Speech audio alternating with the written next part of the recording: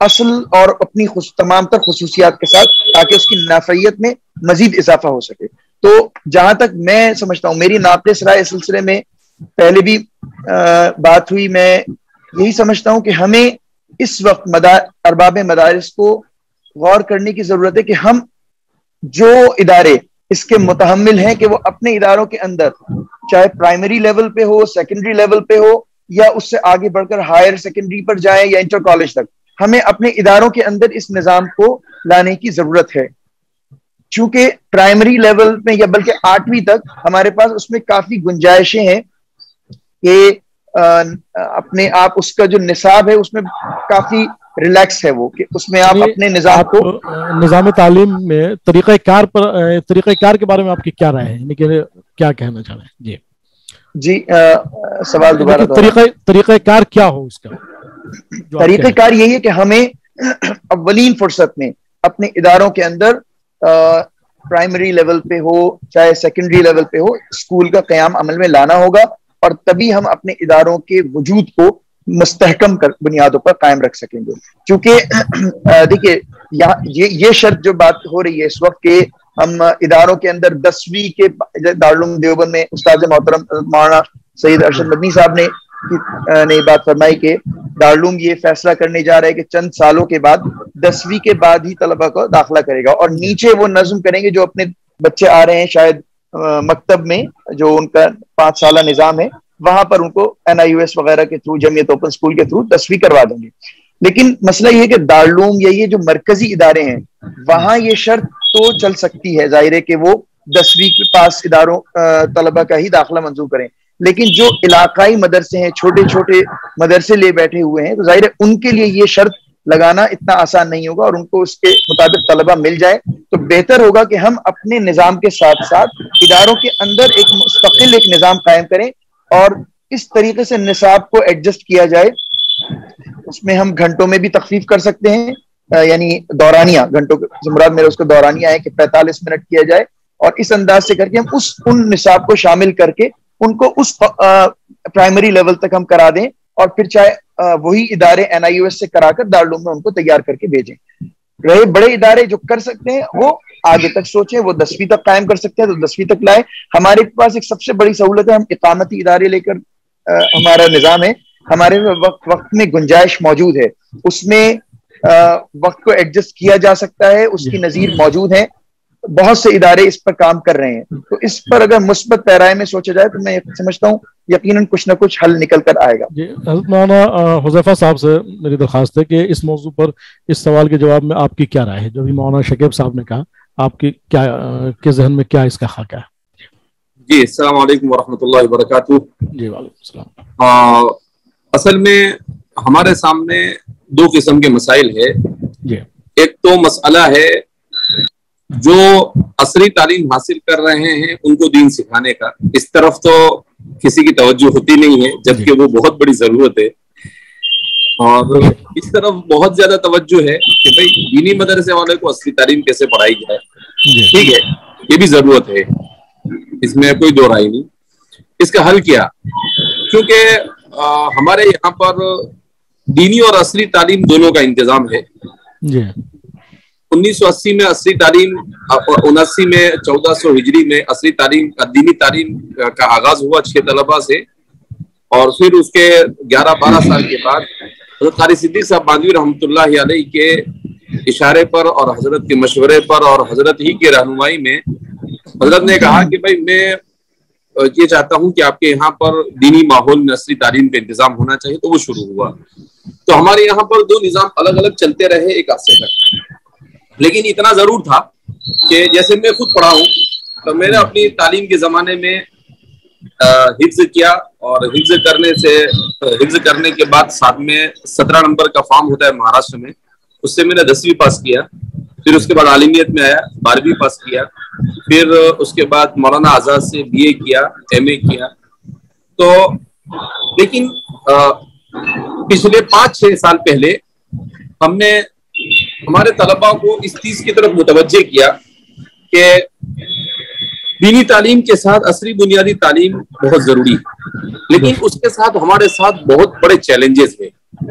اس میں سب سے بڑا چیلنج یہ ہے کہ ہم نے چونکہ ہماری شاخیں ہندوستان کے مختلف صوبوں میں 100 سے زیادہ ہماری برانچیں ہیں، فروعات ہے، شاخیں ہیں، وہاں پر یہ سارے تجربات ہم کر چکے ہیں. اس کی روشنی میں ہم نے یہاں پر آنے کے بعد تجربہ تو ہوتا کیا ہے کہ اگر بچے کو آپ 10ویں اور 12ویں حفظ کے ساتھ کروا دیتے ہو تو وہ بچہ عالمیت میں نہیں آئے گا آپ کے پاس، وہ تعلیم دینی تعلیم سے دور ہو جائے گا، وہ نہیں پڑھے گا. کیوں؟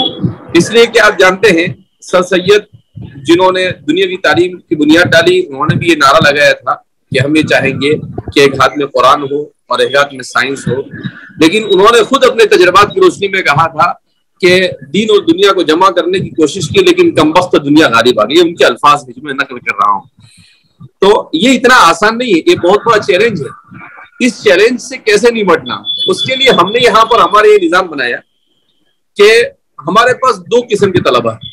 ایک تو وہ طلبہ ہے جو ہمارے پاس پرائمری تعلیم میں آتے ہیں، کیونکہ ہمارے یہاں پر دینی تعلیم کے 3 شعبے ہیں، ویسے زیادہ شعبے ہیں لیکن بڑے بڑے شعبے 3 ہیں. ایک ہے جس کو ہم لوگ دینیات کہتے ہیں، اس کا مطلب ہے اسلامک پرائمری. اس میں ایسے بچے آتے ہیں جنہیں کچھ نہیں آتا ہے، یعنی جب وہ آتے ہیں تو انہیں الف با پڑھنا بھی نہیں آتا ہے اور الف با لکھنا بھی نہیں آتا ہے. تو ایسا 3 سال کا ہمارے یہاں پر نصاب ہے. اس میں 8 سال یا 9 سال کے بچے کا ایڈمیشن ہوتا ہے اور 3 سال میں وہ اس میں اردو پڑھنا سیکھتا ہے، اس کے ساتھ ساتھ ناظرہ قرآن تجوید کے ساتھ پڑھنا سیکھتا ہے، اس کے ساتھ انگریزی کے ABCD اور کچھ آگے کی چیزیں سیکھتا ہے، ریاضی سیکھتا ہے، ایسی چیزیں. تو یہ چیزیں ہمارے یہاں پر چل رہی تھی. پھر اس کے بعد وہاں سے بچہ حفظ میں آتا ہے اور حفظ میں عالمیت میں آتا ہے. اس طرح سے پورا یہ جو بچہ ہوتا ہے یہ ہمارے پاس تقریباً 3 اور 3 6 7 اور 14 سے 15 سال ہمارے پاس رہتا ہے. اس پورے 15 سال کے پیریڈ میں وہ دینی تعلیمات ہم نے آج سے 5-7 سال پہلے کیا کہ 17 نمبر کے فارم سے ہمارے یہاں پر ہر سال 100 بچے 150 بچے 10ویں اور 12ویں کا ایگزام دیتے ہی تھے. لیکن ہم نے کہا کہ اب جو حالات ہیں ان حالات کا تقاضا یہ ہے کہ صرف سرٹیفکیٹ سے کام نہیں چلے گا، اب اس نظام کو مستحکم کرنا پڑے گا. تو ہم نے بہت سوچا اور بہت سوچنے کے بعد ہم نے دیکھا کہ ایک تو مدرسے کا نصاب بہت زیادہ بڑا ہوتا ہے، اسکول کا نصاب بھی کوئی کم ہوتا نہیں ہے. دونوں اتنے بڑے بڑے نصاب اگر بچے کو پورے پڑھائے جاوے تو طلب الکل فوت الکل، کہ ان کو کچھ حاصل نہیں ہوگا، نہ ادھر کے رہیں گے وہ نہ ادھر کے رہیں گے، نہ خدا ہی ملا نہ وصال السلام، نہ ادھر کے رہے نہ ادھر کے رہے، یہ صورتحال ہوگی. تو اب بہت سوچنے کے بعد ہم اس نتیجے پر پہنچے کہ ہم کیا کریں. تو ہم نے کیا کیا کہ اسکول کے جو ہمارے پاس اسکول ہیں ان اسکول کے ٹیچروں سے اور اس کے جو ماہرین ان لوگوں سے مشورہ کیا، اور مشورہ کرنے کے بعد میرے ذہن میں ایک بات اللہ کی طرف سے آئی. تو میں نے ان سے کہا کہ آپ یہ جو اتنا بڑا نصاب ہے، اگر اتنا بڑا نصاب ہم پڑھائیں گے تو بڑا مسئلہ ہو جائے گا. تو آپ ایک کام کیجئے، اس نصاب کو ہمیں مختصر کر دیجئے. اس کے بنیادی مضامین جو اسکول میں پڑھائے جاتے ہیں اس میں ایک تو ہوتا ہے زبان. تو زبان تو اردو ہے، انگریزی ہم سکھائی رہے ہیں تو وہ ہمارے لیے کوئی مسئلہ ہے نہیں. تو اب ہمارے لیے رہ گیا سائنس، جغرافیہ، تاریخ اور میتھمیٹکس اور انگریزی زبان. تو ہم نے کیا کیا کہ اسکول کی جو کتابیں ہیں NCERT، مہاراشٹر بورڈ اور یہ جو ہمارا NIOS ہے، national institute of open schooling ہے، ان سب کتابوں کو سامنے رکھ کر پہلے ان اساتذہ نے ایک نصاب تیار کیا آج سے 4 سال پہلے، اور پھر انہی اساتذہ کے ذریعے سے ہم نے طلباء میں اس کا تجربہ کیا. تو ہمیں اس کا خاطر خواہ رزلٹ نہیں مل سکا. تو ہم نے پھر اس کو ریویو کروایا کہ کیوں اس کا رزلٹ نہیں مل رہا ہے. ہم نے کیا تھا کہ مغرب کے بعد کا جو تعلیم کا دورانیہ ہے اس میں 1 گھنٹے کا اضافہ کر دیا. 2 گھنٹے کی تعلیم ہوتی تھی، اس میں 1 گھنٹہ دینی تعلیم کی تکرار وغیرہ بچے صرف کرتے تھے، اور 1 گھنٹہ جو ہوتا تھا 1 گھنٹہ 1.25 گھنٹہ جو ہوتا تھا وہ ہم آدھا گھنٹہ کر اصلی مضامین پڑھاتے تھے. مگر ہمیں اس کے خاطر خواہ نتائج نہیں ملے. تو ہم نے اس پر غور کیا تو پتا چلا کہ وہ جو نصاب کی کتابیں ہم نے تیار کی ہے ان کتابوں میں اور جو اسکول کے اساتذہ پڑھا رہے ہیں ان دونوں کی وجہ سے طلباء کو بات سمجھ میں نہیں آ رہی. تو ہم نے پھر کیا کہ کچھ ماہرین اور کچھ علماء ان کی کمیٹی بنائی اور ان کے ذریعے سے ایک نصاب تیار کروایا. اور اس نصاب کا ہم نے گزشتہ سال تجربہ کیا. اس نصاب کو ماسٹروں کے ذریعے سے، اسکول کے ٹیچروں کے ذریعے سے نہیں پڑھوایا، بلکہ اس نصاب کو علماء ہی کے ذریعے سے پڑھوایا. تو ہمیں اس کا رزلٹ بڑا اچھا ملا. تو اب ہم نے کیا کیا کہ 2 قسم کے نصابوں پر کام شروع کیا.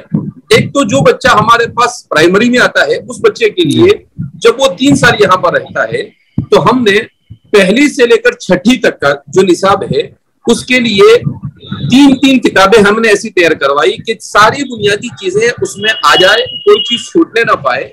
اور ساتھ ساتھ میں اگر کوئی چیز ایسی ہے جو اسلامی فکر سے متصادم ہے تو اس کا بھی اس میں مینشن کر دیا. اس کو اسلامائزیشن کہہ سکتے ہیں، اسلامی جو معرفہ کہتے ہیں، تو اسے بھی اس طریقے سے ہم نے اس نصاب کو شروع کیا. اور دوسری طرف جو بچے ہمارے پاس عربی اول میں آ رہے ہیں، ان بچوں کو کیسے ان کا پیچھے کا پورا کور کیا جاوے، تو ہم نے ایسا نصاب بنایا کہ عربی اول میں جو بچہ ہے وہ پہلی، دوسری، تیسری، اور عربی دوم کا جو بچہ ہے وہ 4تھی، 5ویں، 6ٹھی، اور عربی سوم میں آنے کے بعد وہ بچہ 7، 8، 9 اور 10. تو عربی سوم میں آ کر وہ 10ویں پاس کرے گا اور وہ پورا نصاب پڑھتے ہوئے جو ہم لوگ تیار کر رہے ہیں، اور الحمدللہ وہ آخری مراحل میں چل رہا ہے. تو اور پھر اس کے بعد بچہ جب عربی پنجم میں پہنچے گا تو 12ویں پاس کرے گا. اور پھر اس کے بعد ہم نے اوپن یونیورسٹی کا نظام اپنے یہاں پر رکھا ہے کہ مولانا آزاد ہے، اس کا سینٹر ہمارے پاس، یشونت رام چوہان اوپن یونیورسٹی ہے. تو وہ بچے اس سے BA کرتے ہیں. اس کے بعد ان بچوں کے لیے آگے کی راہیں اور کھل جاتی ہے. وہ LLB کر سکتے ہیں، وہ آگے سول سروسز کے لیے جا سکتے ہیں. تو ایسے بہت سارے میدانوں میں اب ہمارے بچوں نے جانا شروع کیا ہے. میں نے خود MA کیا، اس کے بعد ہمارے یہاں پر LLB شروع ہوا تو میں نے LLB میں سب سے پہلے ایڈمیشن میں نے لیا. ابھی LLB کا 2nd ایئر پورا ہوا ہے اور 3rd ایئر میں آئندہ سال انشاءاللہ میرا LLB پورا ہو جائے گا. تو کہنے کا مطلب یہ ہے کہ یہ بہت بڑا چیلنج ہے. اگر ہم اس کو بہت سوچ سمجھ کر یہ قدم نہیں اٹھائیں گے تو ہمارے مدرسے میں جو ڈراپ آؤٹ ہے اس کا سلسلہ مزید بڑھے گا. اور یہ ایک بہت بڑا چیلنج ہے جس کو اتنی آسانی کے ساتھ فیس نہیں کیا جا سکتا ہے صرف اتنا کہہ دینے سے کہ ہمارے یہاں پر آنے والے بچے 10ویں پڑھ کر آئے. 10ویں پڑھ کے آپ کے پاس کوئی آنے والا نہیں ہے. آپ بولو 12ویں پڑھ کر آئے، آپ کے پاس کوئی نہیں آئے گا. اس لیے کہ انسان کو نفع عاجل یہ اچھا لگتا ہے نفع عاجل کے مقابلے میں. تو اس کو یہ کہے کہ میں 12ویں میں میرے اچھے نمبر آئے ہیں، میں نیٹ میں ہوں، تو ظاہر سی بات ہے وہ بچہ ہمارے پاس کیوں آئے گا. وہ تو ہمیں بھی پیرالل دونوں کو لے کر چلنا. ہم نے اس سال کیا کیا کہ ہمارے نظام تعلیم میں صبح ہمیں 5 گھنٹے ہوتے تھے 45 منٹ کے. تو ان 45 منٹ کے 5 گھنٹوں کے بجائے اسے 40 منٹ کا کر دیا، 5 منٹ کم کر دیا، اور تعلیم میں 1 گھنٹے کا اضافہ کر دیا. اس طرح سے صبح میں 5 گھنٹوں کے بجائے ہمارے یہاں پر 7 گھنٹے ہو گئے. ان 7 گھنٹوں میں 4 گھنٹے دینی تعلیم کے ہوتے ہیں اور 1 گھنٹہ انگریزی کا اور 1 گھنٹہ سائنس اور جغرافیہ اور تاریخ اور عمرانیات اس کا ہوتا ہے. تو اس کو ہم نے بالکل مرج کر دیا اسی کے ساتھ میں، اس کو الگ نہیں رکھا تاکہ طلبہ کو اس کا احساس نہیں ہونا چاہیے کہ 2 الگ الگ چیزیں ہیں، بلکہ ان کو یہ احساس دلانا ضرور کہ یہ ہمارے ہی زندگی کی ضرورت ہے، امت کی ضرورت ہے، اور ہم اس نصاب کو اس طور پر تیار کر رہے ہیں اور بڑی الحمدللہ زور و شوق کے ساتھ اس پر کام ہو رہا ہے کہ ہمارے بچے کو یہ ذہن بنانا، ان کی کاؤنسلنگ کرنی پڑے گی کہ آپ کو عصری تعلیم اس لیے نہیں پڑھائی جا رہی ہے کہ آپ کو عصری میدان میں جانا ہے، بلکہ عصری تعلیم اور عصری اصطلاحات یہ ایک داعی کی ضرورت بن چکی ہے. ان چیزوں کو پڑھنے کے بعد آپ اسلام کا آفاقی پیغام عصری انداز میں اچھی طریقے سے دے سکتے ہیں.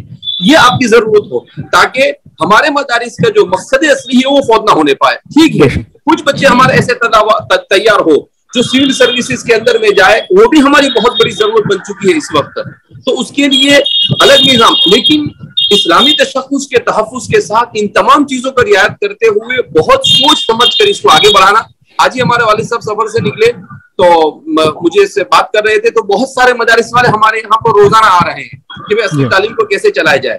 تو والد صاحب نے کہا کہ بھائی بیٹا یہ روزانہ الگ الگ لوگ آئیں گے، آپ لوگ اپنا کام چھوڑ کے ان کو سمجھاتے بیٹھیں گے. اس سے بہتر یہ ہے کہ 1-2 مہینے کے بعد کوئی پروگرام بنایا جائے کہ مدارس میں عصری تعلیم کا نصاب اور نظام کیا ہونا چاہیے. میں نے کہا ٹھیک ہے، آپ سفر سے آئیے، اس کے بعد انشاءاللہ اس کی ترتیب بنائیں گے. جی بہت بہت شکریہ، بڑی تفصیل سے آپ نے بات رکھی. میں سمجھتا ہوں کہ یہ واقعتاً کرنے کا کام ہے اس وقت. اب تو ضرورت یہ تو بہت پہلے سے ہونا چاہیے، لیکن اب میں ڈاکٹر شعیب رضا صاحب سے میں